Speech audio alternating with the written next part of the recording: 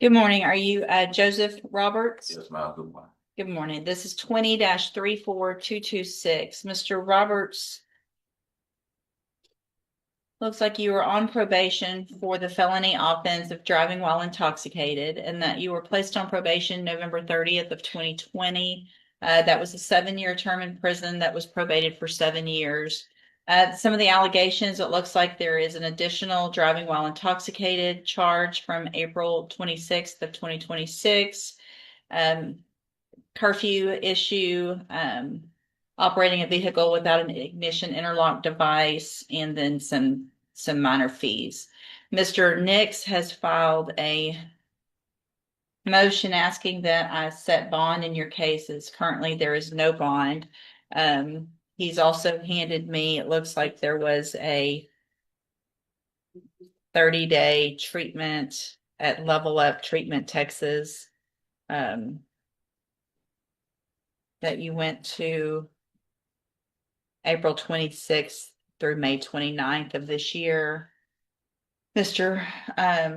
Roberts, best you can, raise your right hand, please, sir. Do you swear or affirm the testimony you're going to give in this hearing will be the truth, the whole truth, and nothing but the truth? Yes, ma'am. All right, thank you. Mr. Nix? Your Honor, we'd ask that the court set a reasonable bond. My client's willing to forfeit his right to drive. He would wear a scram device, comply with any curfew set by the court. As the court can see, he did not have any issues on the probation for several years until he picked up this new offense. It was not his vehicle. There were several other occupants in the vehicle, which would explain why he wasn't complying with the interlock device. He obviously knows that he made a pretty terrible mistake. And if the court will acknowledge, just 3 days after his arrest, he voluntarily did a month of inpatient rehabilitation. Also, I'd like the court to take knowledge of, and although I didn't put it in my motion, I think we made the court aware with the district attorney. His daughter was brutally murdered about 10 days ago now, somewhere around there. 2 weeks. About 2 weeks ago. His daughter's funeral is this Saturday. She was the victim of one of our homicides here in Beaumont out of a domestic violence situation with what appears to be a boyfriend or ex-boyfriend. He'd like to, be obviously on bail so that he can attend his daughter's funeral. He would adhere to any recommendations, anything that the court requires of him of his bond. He's also just been accepted into an IOP program where he will be doing counseling therapy for alcohol substance abuse. As part of that program, they do random alcohol and drug tests. This is something that his insurance offered him after finding out about his daughter. So not exactly related to the DWI, but it's related to finding out that his daughter was murdered in the way she was murdered. He's taking advantage of that.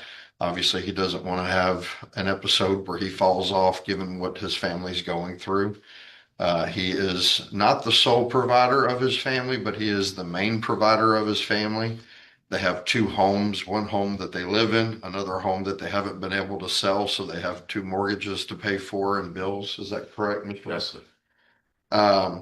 And right now I'd ask if Mr. Roberts can give more details to the IOP than I might be able to. Can you explain to the judge? What's the name of it, or where is it? What's it through? It's Trust Health. Trust. Trust. TROST. Trust. Yes, ma'am. We do 3-hour sessions, 3 days a week. Is it on? That's a group. Is it I do online? it virtual. I do virtual. Yes, ma'am. They do the random drug screening once a week, and we get a therapy session with a counselor also throughout the week. How do you do your random drug screen? They send an Uber and bring me to Quest on 9th Avenue. So Have you already done one of those? I have one set up for tomorrow. Okay. Yeah. Where do you work? There you go. With Bechtel, Environmental Safety and Health Representative with Bechtel. For our LNG. So how would you get to and from work and things like that if you're not going to drive? Yeah, my nephew also works out there, same shift, so I can ride with him. Okay. Just for the record, I am reviewing the court's file, and part of that does include the probable cause affidavit for the new driving while intoxicated. I was looking to see, but I don't know that It's not yet been received, Your Honor. Testing has not yet been completed. I was trying to also see, do you have a copy of that previous pre-sentence report? I had it on my computer earlier, Your Honor, to pull it back up. Ours didn't, because it's an older case, it's not in here. Okay, please, ma'am.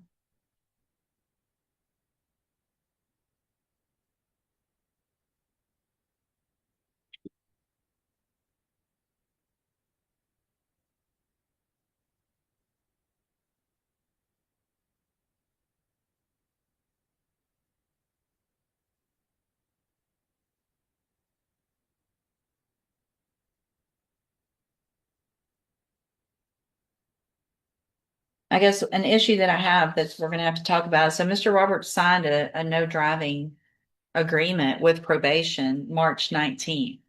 And then the allegations are that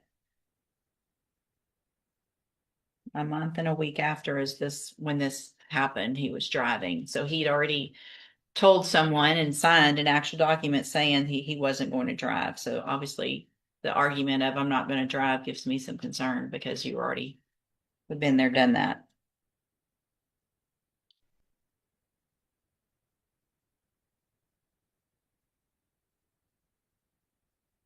How many set of keys do you own? Man. No, to your No, car. oh, I can have one, my wife can have one.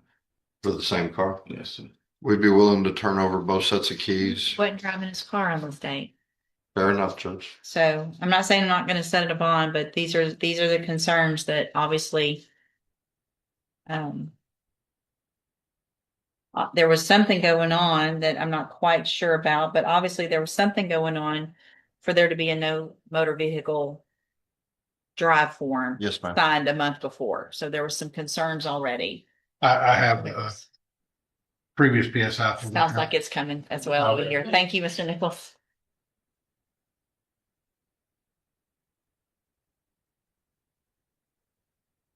Take it.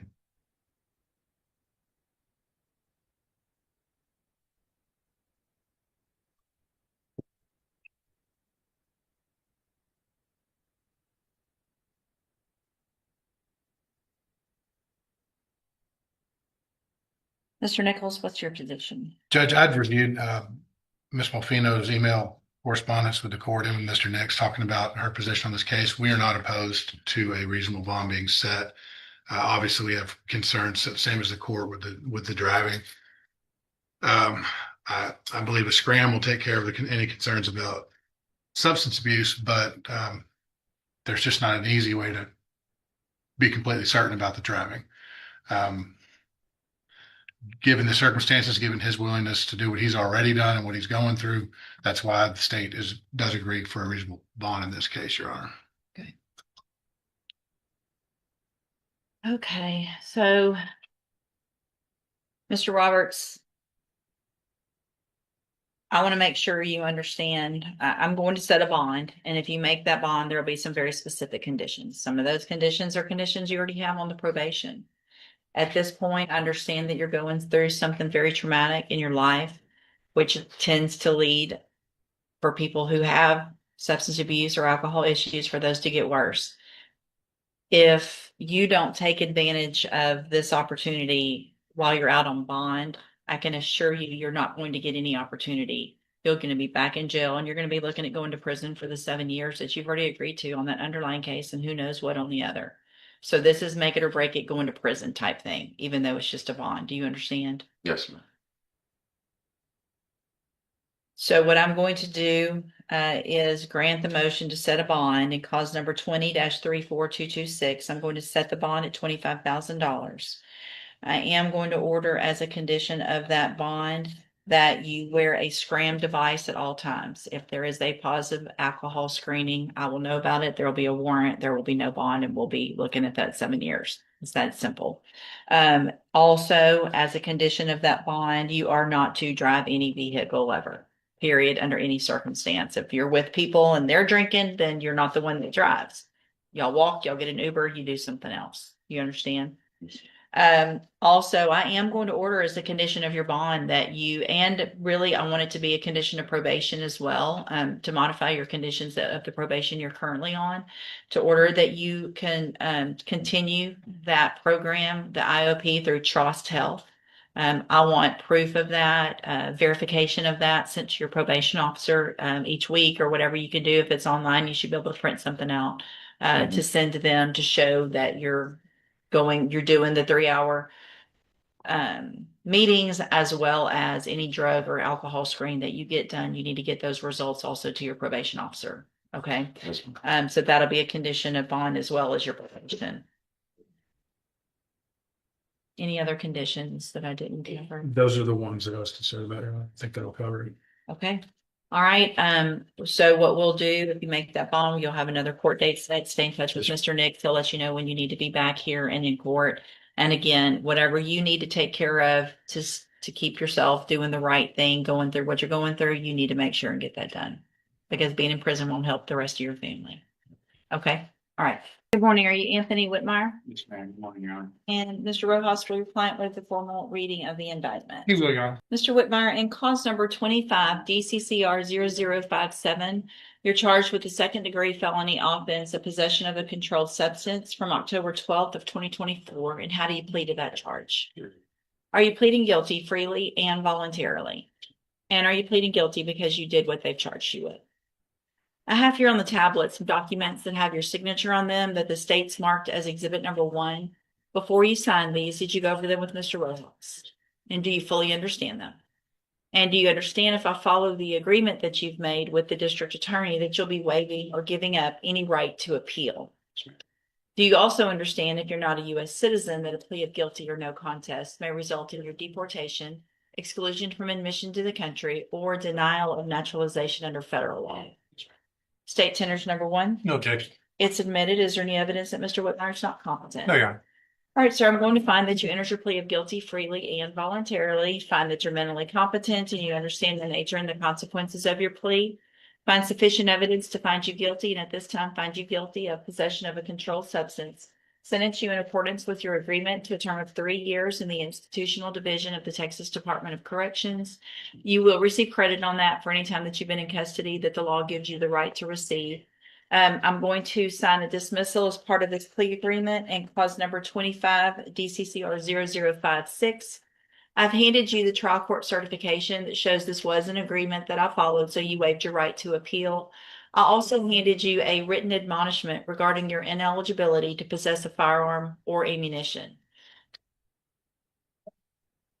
Just thinking about yesterday, and this is a possession case, so I'm not sure how it applies.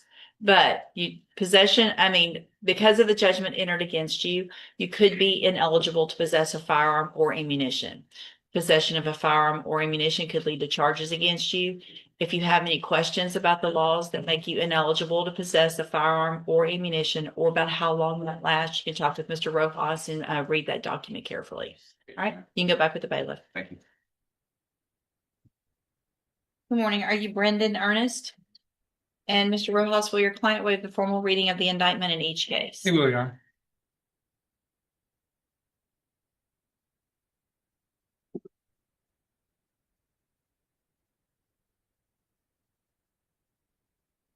All right, Mr. Ernest, and cause number 26 DCCR 0429, you're charged with the first-degree felony offense of aggravated robbery, and that's from February 20th of 2026. And how do you plead to that charge? Are you pleading guilty freely and voluntarily? And are you pleading guilty because you actually did what they've charged you with?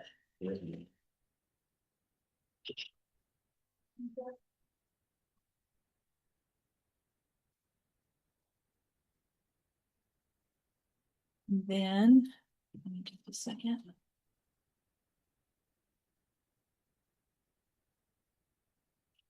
And cause number 26 DCCR 0430.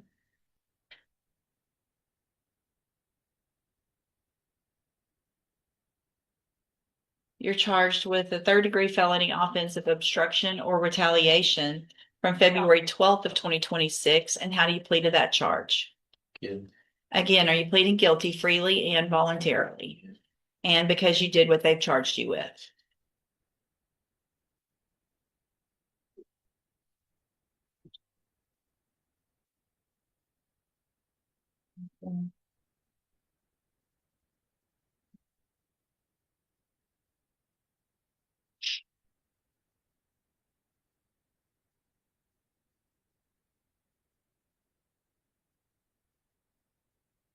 In cause number 26, DCCR 0908, you're charged with a second-degree felony offensive robbery, and that's from February 12th of 2020.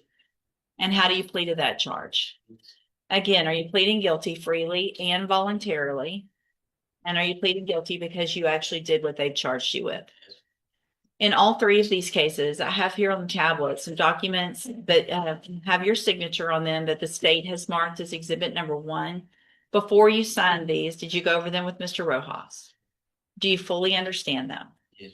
And do you understand, if I follow the agreement that you made with the district attorney, that you will be waiving or giving up any right to appeal? Yes. So you can't change your mind if I follow the agreement. You understand? Yes. And it looks like the agreement that you've reached in all of these cases would be for 10-year deferred probations. There would be $500 fines in each case.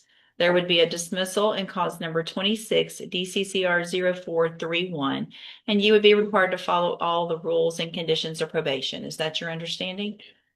Do you also understand, if you're not a U.S. citizen, that a plea of guilty or no contest may result in your deportation, exclusion from admission to the country, or denial of naturalization under federal law? State tenders number 1. And that brings us to the end of today's court proceedings. From serious charges to life-changing decisions, every case showed how important accountability and second chances can be. What do you think about the judge's decisions? Share your thoughts in the comments below. And if you enjoyed this courtroom video, don't forget to like, subscribe, and turn on the notification bell for more real court cases and updates. Thank you for watching, and we'll see you in the next video.